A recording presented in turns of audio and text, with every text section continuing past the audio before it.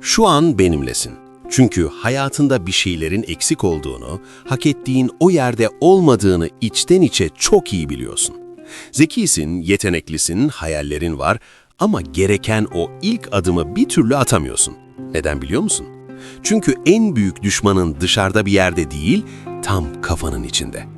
Jen Sincero, Var Olmak Senin Elinde adlı kitabında buna büyük uyku adını veriyor. Sen kendi potansiyelinin farkında değilsin.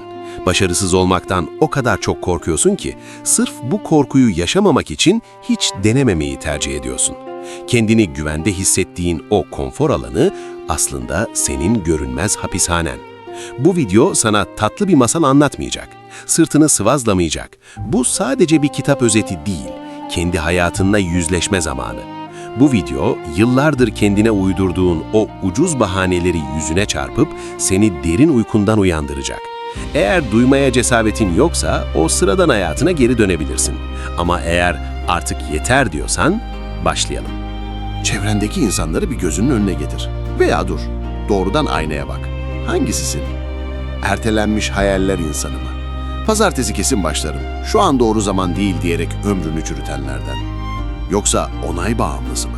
Başkalarının senin hakkında ne düşüneceği o kadar önemli ki kendi hayatının başrolünü başkalarının senaryosuna figüran olmak için acımasızca satanlardan. Sincero bu karakterlerin hiçbirini yargılamaz. Çünkü hepsi aynı zehirli kaynaktan beslenir. Zihnimize çocukluğumuzdan beri ekilen saçma sapan kısıtlayıcı inançlar. Para elinin kiridir. Çok istersen olmaz. Bizim gibiler o yerlere asla gelemez. Bunların hiçbiri senin fikrin değil. Bunlar başkalarının korkularının sana miras kalmış hali. Sincero'nun bahsettiği o büyük uyku senin egondur. Ego seni koruduğunu iddia eder ama aslında gelişmeni, büyümeni engeller. Risk almanı asla istemez. Seni o sıkıcı ama bildik acının içinde tutmaya çalışır. Çünkü bilinmeyen ego için mutlak ölümdür. İşte bu yüzden ne zaman büyük ve cesur bir karar alacak olsan için sıkışır, zihnin hemen bahaneler üretmeye başlar. Kendi kendinin önünü kesen o görünmez duvarları inşa eden işçi sadece sensin. Her gün o duvarlara kendi ellerinle bir tuğla daha koyuyorsun. Peki ama neden? Neden kendi gücünden, kendi ışığından bu kadar çok korkuyorsun? Gerçekten parlamanın, kendi potansiyelinin zirvesinde olmanın getireceği o büyük sorumluluk mu seni dehşete düşürüyor? Farkında mısın? Her gün aynı şeyleri yaparak farklı sonuçlar beklemek deliliğin en saf halidir. O konfor alanı bir yalan. Sadece egonun senin için yarattığı bir illüzyon. Şimdi o büyük yüzleşme anına gelelim. Sincero çok net bir soru soruyor. Gerçekten ne istiyorsun? Buna düşünerek cevap ver. Başkaları ne der filtresini çıkardığında geriye ne kalıyor?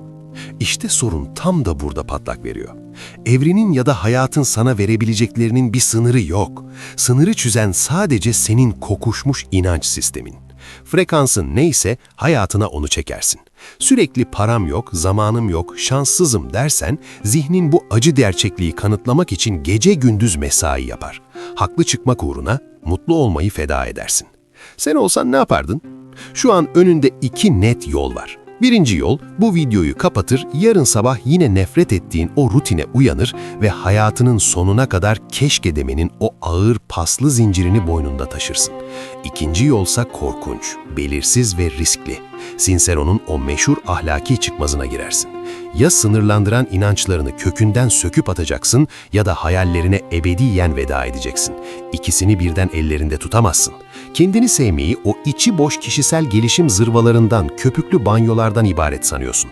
Halbuki gerçek anlamda kendini sevmek, kendine yalan söylemeyi bırakmaktır. Seni aşağı çeken, enerjini emen insanları hayatından çıkarmaktır. Gerekirse en sevdiklerine, ailene bile karşı durabilmektir. Sırf güvende hissetmek için kendi ışığını kısmak kendine yapabileceğin en büyük ihanettir. Çünkü bu dünya senin tam kapasiteyle yaşayacağın o cesur hayata muhtaç.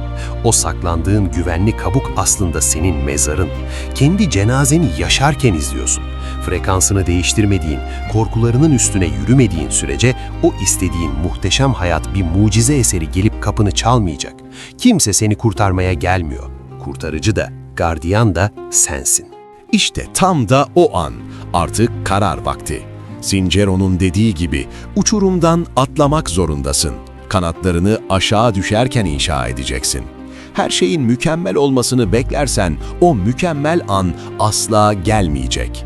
Kusursuzluğu bekleme, harekete geç. Harekete geçtiğinde evrenin enerjisi seninle rezonansa girer. Korkuyor musun? Harika. Bu doğru yolda olduğunun en büyük, en somut kanıtı. Eğer hedeflerin seni korkutmuyorsa yeterince büyük değiller demektir. Onlar sadece egonun küçük oyuncaklarıdır. O büyük uyku, o içindeki şüpheci ses seni ele geçirmeye çalıştığında ona bağır. Seni duyuyorum ama artık seni dinlemiyorum. Kararlı olmak tam olarak budur. Seçenekleri masadan kaldırmaktır.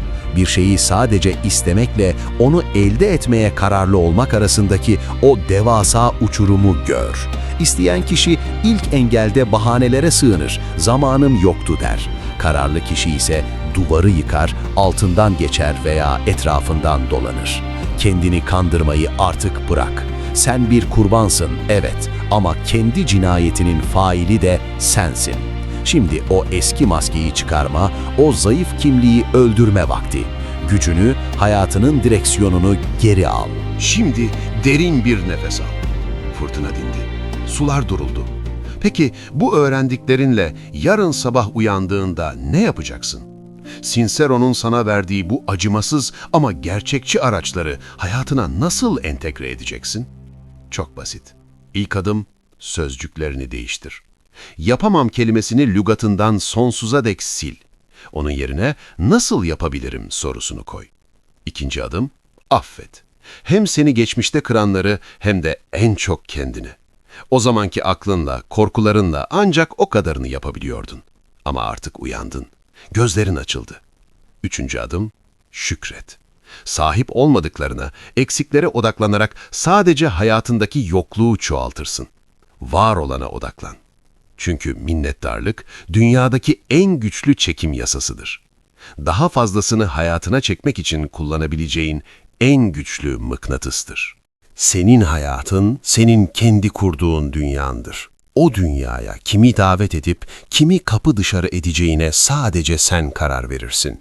İçinde şu an olduğundan çok daha cesur, çok daha çılgın, çok daha parlak bir versiyonun yatıyor. O versiyon senin ona izin vermeni bekliyor. Hayat provaları olan bir tiyatro oyunu değil, perde kapanacak ve sadece tek bir şansın var. O yüzden sızlanmayı bırak ve içindeki o muhteşem gücü tamamen serbest bırak. Var olmak senin elinde. Şimdi videonun başında gördüğün o aynaya tekrar bak. Artık karşında kendi düşmanını mı görüyorsun yoksa kahramanını mı? Karar senin. Yolda kalmak ve benimle bu yolculuğa eşlik etmek istersen kanalıma abone olmaya, videoyu beğenip hype'lamaya ve sevdiklerinle paylaşmaya ne dersin?